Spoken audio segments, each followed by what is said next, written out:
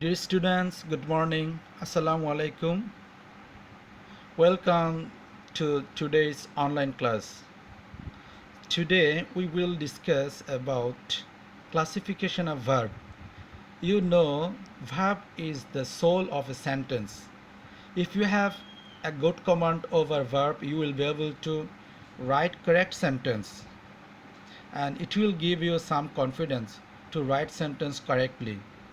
So let's start today's class. Though the class is specifically designed for the students of class 9 and 10, but I think it will be benefited for the students from class 6 to class 10, even uh, class 11 and 12 also. That means alim students will also be benefited by this class. শিক্ষার্থীরা, স্ক্রিনে তোমরা দেখতে পাচ্ছ ভার্বের definition দেওয়া হয়েছে। প্রথমে আমরা জানব ভার্ব কি, ভার্বের ডেফিনেশন কি। Verb is a word used to describe an action, state or occurrence and forming the main part of the predicate of a sentence, such as hear, become, happen. Verb হচ্ছে একটি word যেটি কোনো কাজ, কোনো অবস্থা বা ঘটনা এবং প্রেডিকেটের প্রধান অংশ গঠনে যেটি ভূমিকা রাখে সেটি হচ্ছে ভার্ব। অন্য কথায় আমরা বলতে পারি যে ওয়ার্ড দ্বারা কোনো কিছু করা, ধরা, হওয়া, যাওয়া, আসা ইত্যাদি ক্রিয়া সম্পাদন বোঝায় তাকে ভার্ব বলে। কয়েকটি ভার্বের উদাহরণ এখানে দেওয়া হয়েছে: হিয়ার, বিকাম, হ্যাপেন। পরের স্লাইডে আমরা দেখতে পাচ্ছি ক্লাসিফিকেশন অফ ভার্ব, ভার্বের প্রকারভেদ। ভার্বকে বিভিন্ন দৃষ্টিকোণ থেকে ভাগ করা হয়েছে, যেমন লেক্সিক্যাল ভার্ব, প্রিন্সিপাল ভার্ব। তবে ভার্বের যে ক্লাসিফিকেশনটি স্টুডেন্টের জন্য বেশি উপযোগী সেটি হচ্ছে ভার্বকে প্রথমত দুটি প্রধান ভাগে ভাগ করা হয়েছে, ফাইনাইট এবং নন ফাইনাইট। ভার্বের প্রকারভেদগুলো আমরা সংক্ষেপে দেখব এবং ইম্পর্টেন্ট ক্লাসিফিকেশনগুলো আমরা বিস্তারিত আলোচনা করব। পুরো ক্লাসটি মনোযোগ সহকারে দেখলে তোমরা ভার্ব সম্পর্কে তোমাদের ধারণাটা ক্লিয়ার হয়ে যাবে বলে আমার বিশ্বাস। এখানে আমরা ফাইনাইট এবং নন ফাইনাইট স্ক্রিনে তোমরা দেখতে পাচ্ছ বাম পাশে এবং ডান পাশে। বাম পাশে ফাইনাইট ভার্বের বৈশিষ্ট্যগুলো দেওয়া হয়েছে এবং ডান পাশে নন ফাইনাইট ভার্বের বৈশিষ্ট্যগুলো দেওয়া হয়েছে। ফাইনাইট ভার্ব কাকে বলে? বাংলায় যেটা সমাপিকা ক্রিয়া, ইংরেজিতে সেটাই ফাইনাইট ভার্ব। ফাইনাইট ভার্বের বৈশিষ্ট্যগুলো কি? এটি মনের ভাব সম্পূর্ণ করে, অর্থাৎ বক্তার মনের ভাব সম্পূর্ণরূপে প্রকাশ করতে পারে finite verb. Tense person number ভেদে পরিবর্তন হয়। Example: I learn English grammar regularly. এখানে লার্ন হচ্ছে একটি ফাইনাইট ভার্ব, কারণ ভাবটি সম্পূর্ণ প্রকাশ করেছে। এটি যদি আমি পাস্ট টেন্সে ইউজ করতাম হতো আই লার্নড ইংলিশ। যদি প্রেজেন্ট পারফেক্টে করি আই হ্যাভ লার্নড, তাহলে লার্ন ভার্বটি পরিবর্তন হচ্ছে, কখনো লার্ন, কখনো লার্নড। তাহলে এখান থেকে বোঝা যাচ্ছে যে ফাইনাইট ভার্ব টেন্স ভেদে, পার্সন ভেদে পরিবর্তন হয়, মনের ভাব সম্পূর্ণ করতে পারে।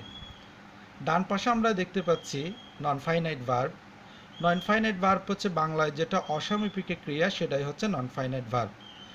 এর বৈশিষ্ট্য হচ্ছে মনের ভাব সম্পূর্ণ করতে পারে না এবং টেন্স এবং পার্সন ভেদে পরিবর্তন হয় না। Example: walking is a good exercise. হাঁটা একটি ভালো ব্যায়াম। এখানে ওয়াকিংটা হচ্ছে একটি নন ফাইনাইট ভার্ব।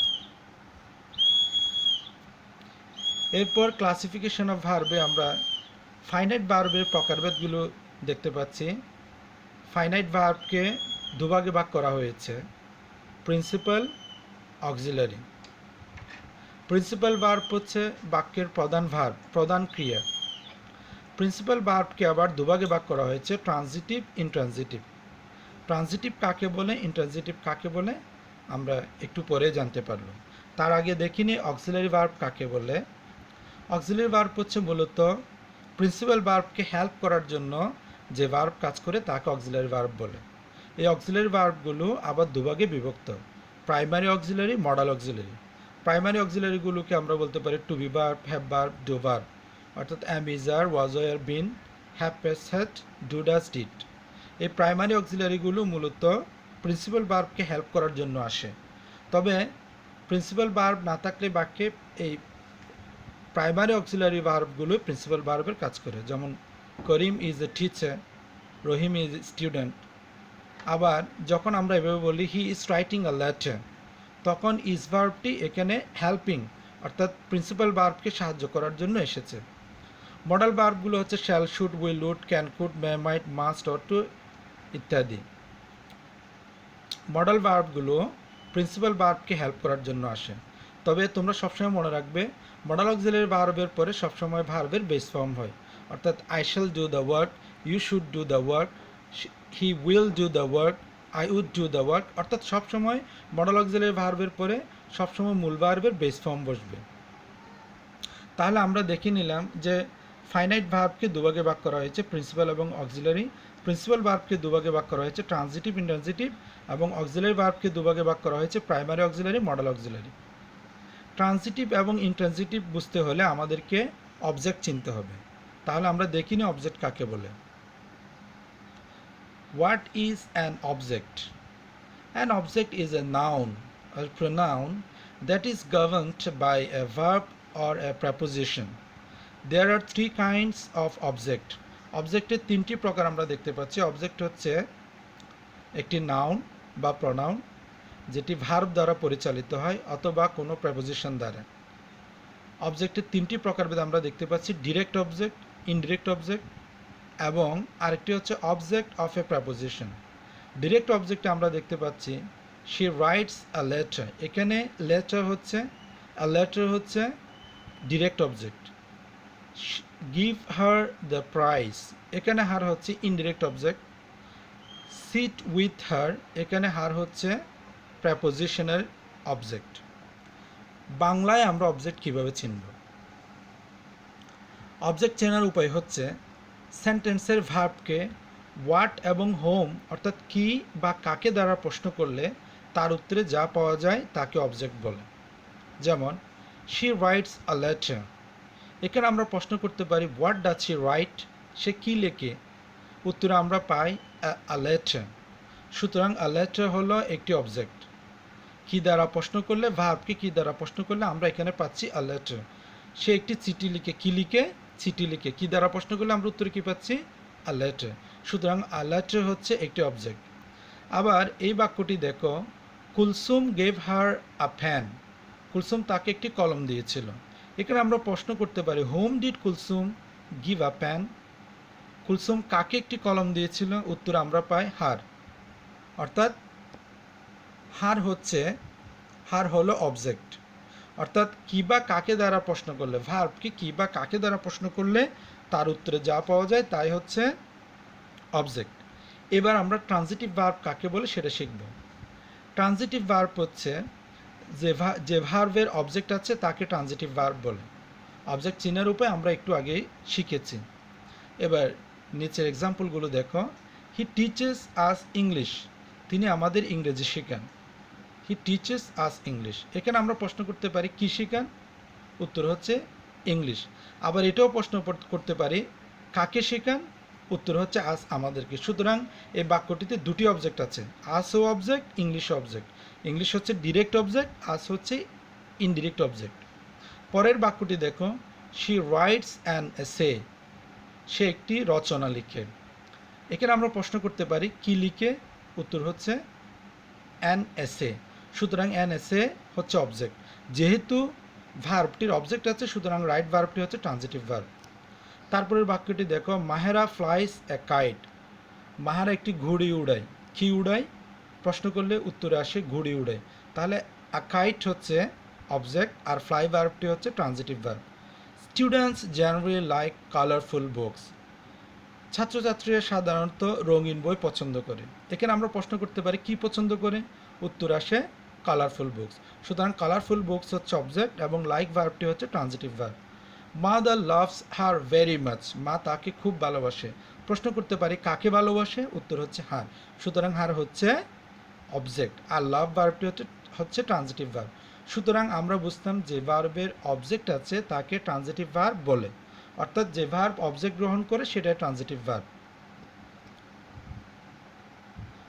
পরের স্লাইডে আমরা ইন্ট্রানজিটিভ ভার্বটি দেখব। ইন্ট্রানজিটিভ ভার্ব কাকে বলে? যে ভার্বের কোনো অবজেক্ট নাই তাকে ইন্ট্রানজিটিভ ভার্ব বলে। তাহলে ইন্ট্রানজিটিভ ভার্বের কোনো অবজেক্ট থাকবে না। এক্সাম্পল, শি স্লিপস, সে ঘুমায়।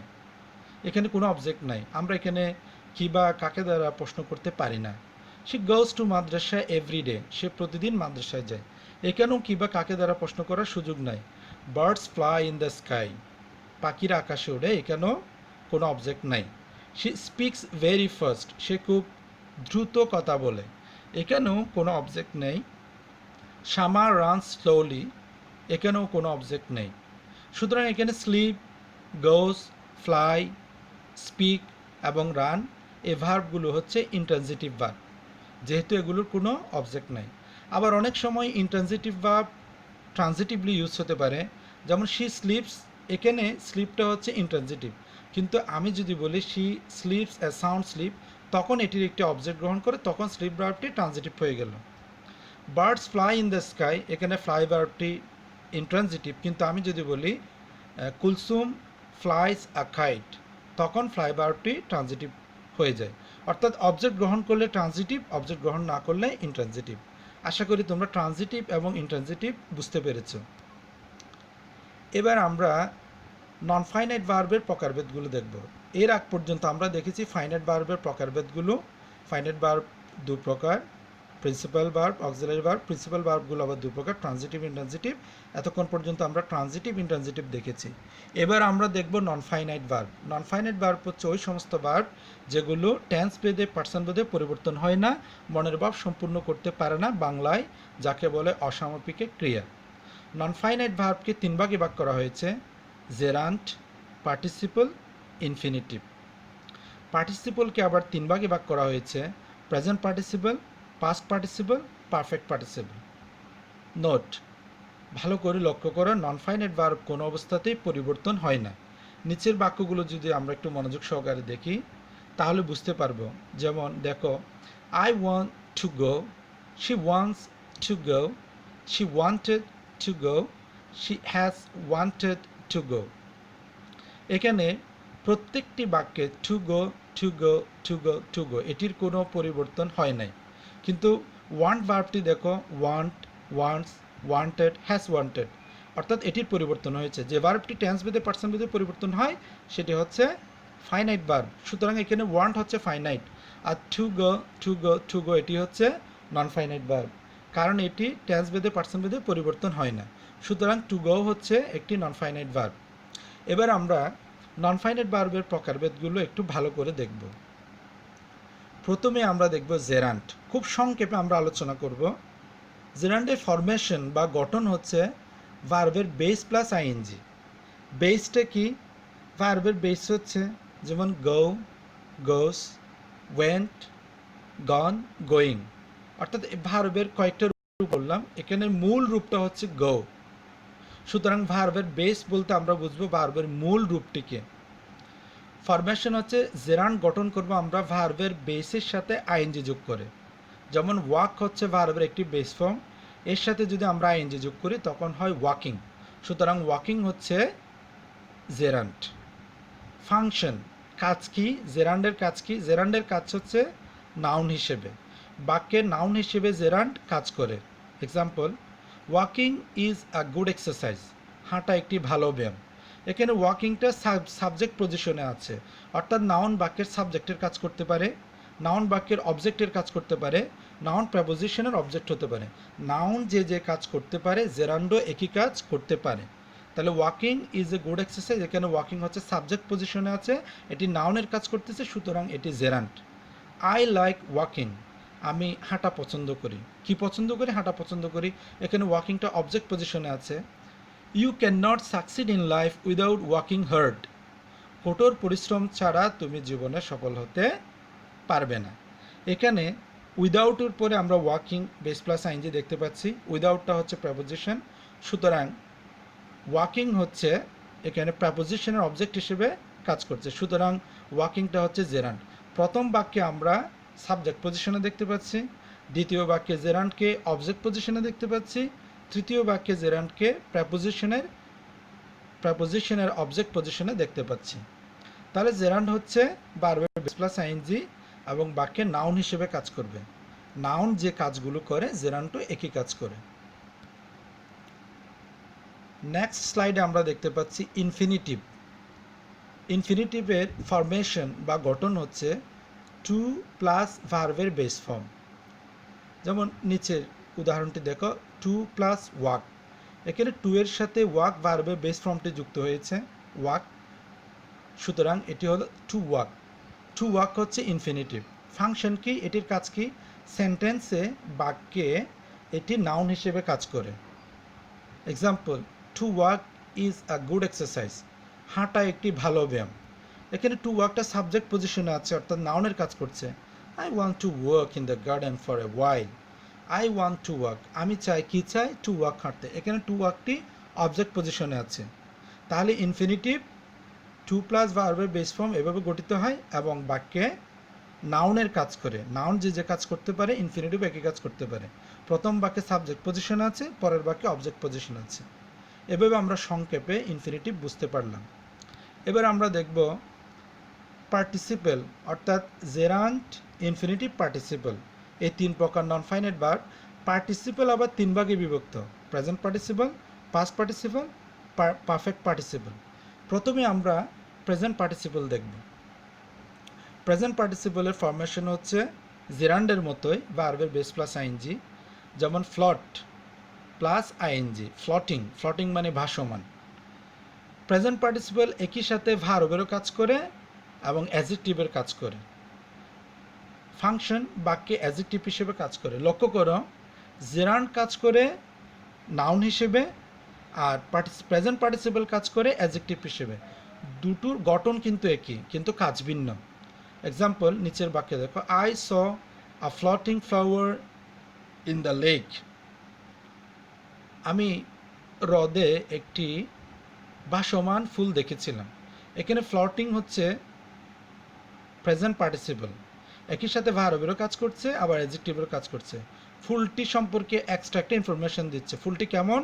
ভাসমান ফুল, floating.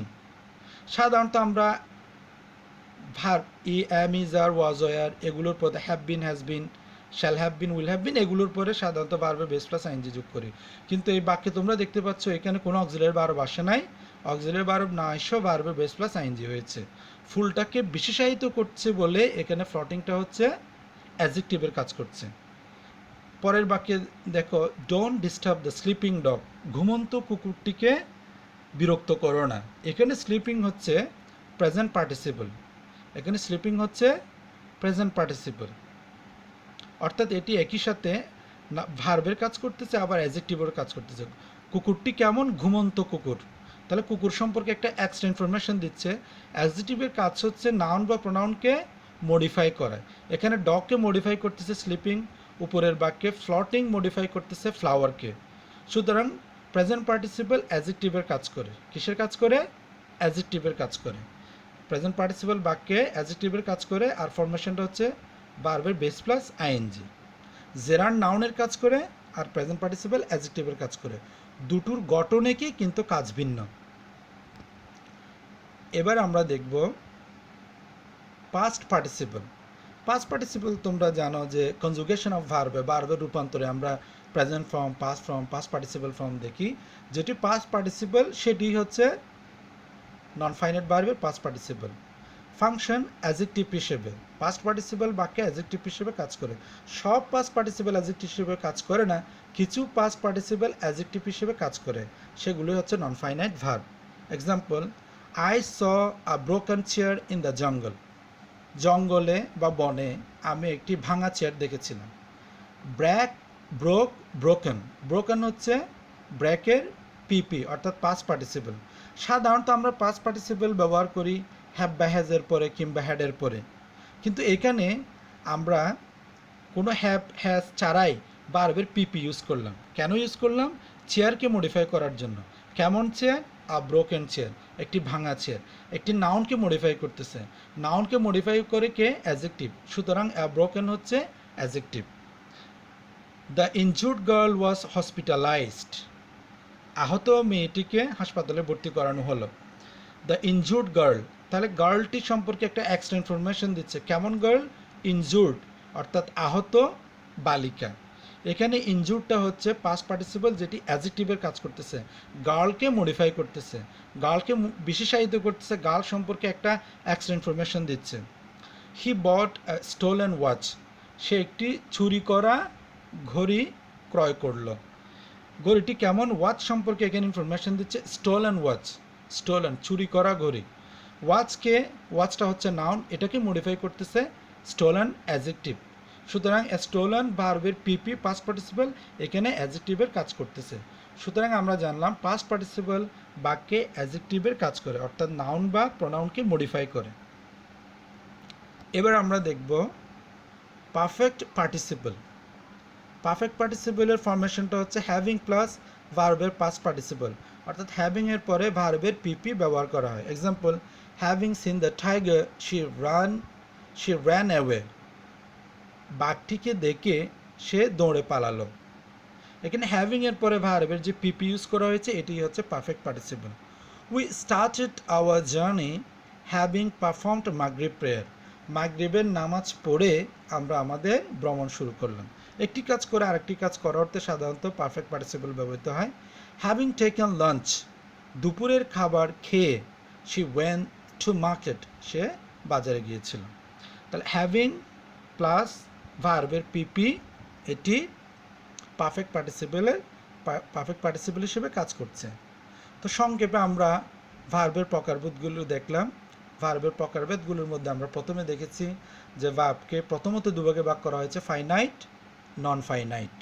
Finite, non finite. Finite ভার্বকে আবার দুভাগে ভাগ করা হয়েছে, principal verb, auxiliary verb. Principal ভার্বকে আবার দুভাগে ভাগ করা হয়েছে, ট্রানজিটিভ, ইনট্রানজিটিভ। ট্রানজিটিভ ভার্বেরও কিছু প্রকারভেদ আছে, সেগুলো আপাতত আমরা আলোচনা করি নাই, আপাতত এগুলো দরকার নাই। অক্সিলারি ভার্বকে আবার দুভাগে ভাগ করা হয়েছে, প্রাইমারি অক্সিলারি, মডেল অক্সিলারি। সেগুলো আমরা পূর্বের স্লাইডে সমূহে দেখেছি। এরপর নন ফাইনাইট ভার্বকে প্রথমে তিন ভাগে ভাগ করা হয়েছে, জিরান্ট, পার্টিসিপল, ইনফিনিটিভ। জিরান্টের গঠন আমরা দেখেছি, কাজ দেখেছি। এরপর ইনফিনিটিভের গঠন এবং কাজ দেখেছি, এবং তিন প্রকার পার্টিসিপলের গঠন এবং কাজ দেখেছি। এভাবে আমরা সংক্ষেপে ভার্বের ক্লাসিফিকেশনটা দেখলাম। আশা করি তোমরা যদি যে ক্লাসটি আজকে আমরা করলাম এগুলো যদি বাসায় প্র্যাকটিস করো এবং প্যাসেজে পড়ার সময় যদি একটু লক্ষ্য করো ভার্বটা এটা কিসের কাজ করতেছে, এটি কি প্রিন্সিপাল ভার্ব, এটি কি অক্সিলারি ভার্ব, এটি কি ফাইনাইট নাকি নন ফাইনাইট, এভাবে যদি তোমরা একটু দেখে পড়ো আশা করি তোমরা ভার্ব সম্পর্কে তোমাদের যে ভীতি, ভার্ব সম্পর্কে তোমাদের যে অজ্ঞতা সেটা কেটে যাবে এবং তোমরা you will be able to write sentence correctly. But you have to practice more and more. তোমাদেরকে বেশি বেশি প্র্যাকটিস করতে হবে এবং তোমাদের টেক্সট বুকের হেল্প নিবে। আশা করি এই ক্লাসটি তোমাদের জন্য বেনিফিটেড হবে। ভালো থাকো, সুস্থ থাকো, ঠিকমতো পড়াশোনা করো, করোনা ভাইরাস থেকে বেঁচে থাকো। Stay home, stay safe. Thank you. আল্লাহ হাফেজ।